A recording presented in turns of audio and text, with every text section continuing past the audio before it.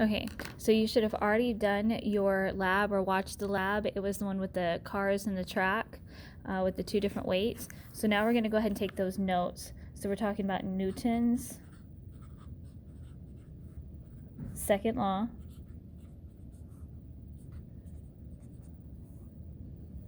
And that is the law of force equals mass times acceleration. All right, so to set your whole page up, you should draw a line about 1/3 of the way down, 1/3 of the way down the page, and another one about 2/3 of the way down the page. So you should have it broken into 3s. All right, in the margin for the first section, you're going to put a capital F, lowercase m in the second one,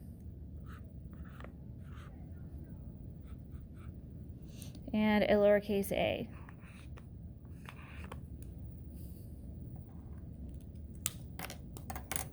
All right, so you're going to title this section force.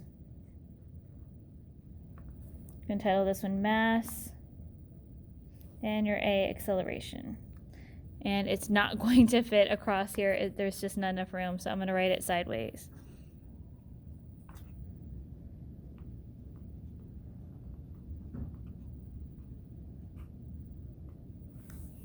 Okay, there's acceleration. Okay, so in our force section, we're going to have a greater force,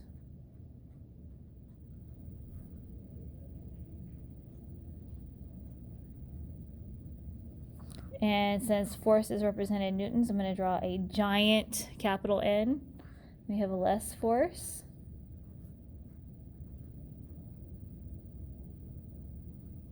Do a smaller capital N. All right, we're going to have the same mass,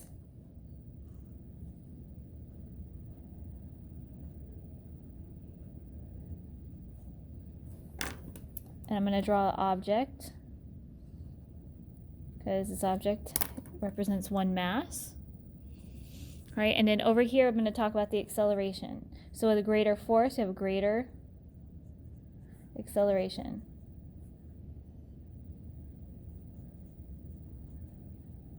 And with less force, we have a less acceleration. So greater, less. I'm going to draw that with an arrow. Draw this with a smaller arrow.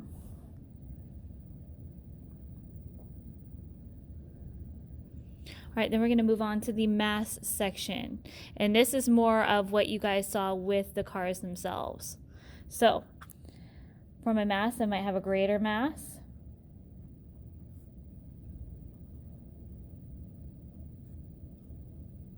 and a less mass,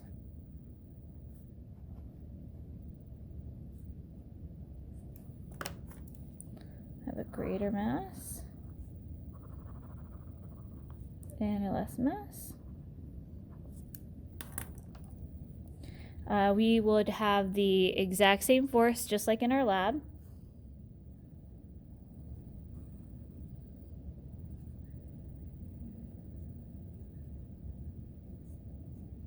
Represented by my Newton. And what that's going to produce is the exact same thing you saw in the lab. When we had the greater mass, and that was the car with the washers, we had less acceleration.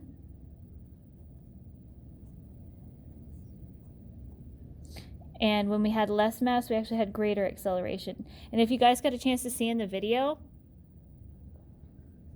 the car with no washers actually went faster.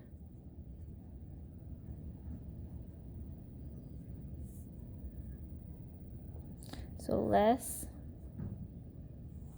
more. All right, so now I'm going to go ahead and move on to acceleration. We have greater.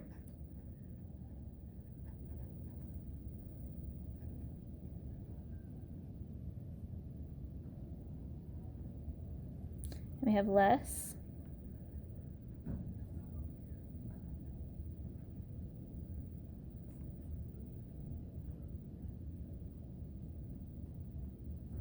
So greater is going to be represented with a large arrow. we have the smaller arrow for smaller speed, smaller change in motion. Here, we're going to talk about both. We're going to talk about mass. We're going to also talk about force.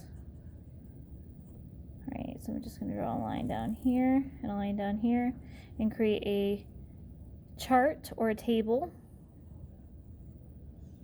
So, in order to get a greater acceleration, I'm going to need a smaller mass or a greater force.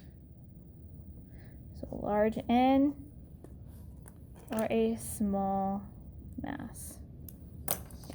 In order to get less acceleration, I'm going to need a greater mass